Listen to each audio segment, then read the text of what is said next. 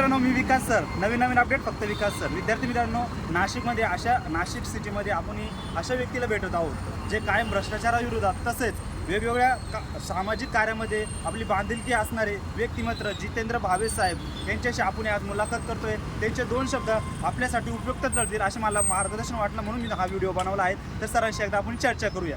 Sir नमस्कार. आम्ही विद्यार्थ्यांसाठी काय मार्गदर्शन करतो, असं तुम्ही विद्यार्थ्यांना काय सल्ला देऊ शकता?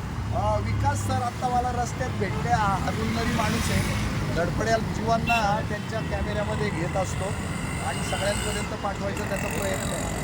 पण मी थोडासा कडवट आणि तिखट माणूस असल्यामुळं विकास सरांचं असं म्हणणं आहे, MPSC UPSCच्या मुलांना किंवा स्पर्धा परीक्षा देणाऱ्या मुलांना ते मार्गदर्शन करत असतात. माझं एकच म्हणणं आहे, शेण खाऊ नका. बघा कसा कडवट शब्द वापरला ना मी, शेण खाऊ नका. जर तुम्ही सरकारी नोकर झाले तर आमचे नोकर बनून राहा, आमचे बाप बनू नका, आमचे मालक बनू नका. पगारात भागवा. टेबला खालून टेबलावरून खाऊ नका.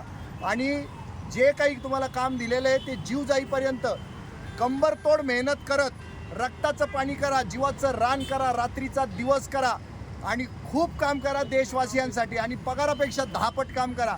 कारण शेजारच्या पाजारच्या इंडस्ट्रीयल एरियामध्ये 8 तासामध्ये लोक 16 तासाचं काम करतायत आणि त्यांना 16 तासाचा पगार न मिळता 4च तासाचा पगार मिळतोय.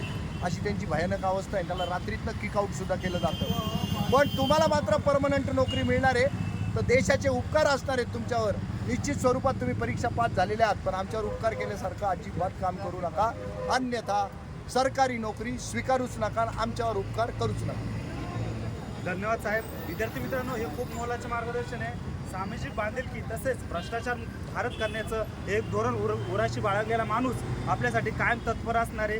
नाशिकमध्ये कधी आला तर जितेंद्र भावे साहेबांना तुम्ही मदत करा किंवा कधी पण फोन करा, किंवा नाशिकमध्ये असाल तर ते आपले राजकीय क्षेत्रातून उभे राहत आहेत तर त्यांना परिपूर्ण सपोर्ट करा. जय हिंद, जय महाराष्ट्र.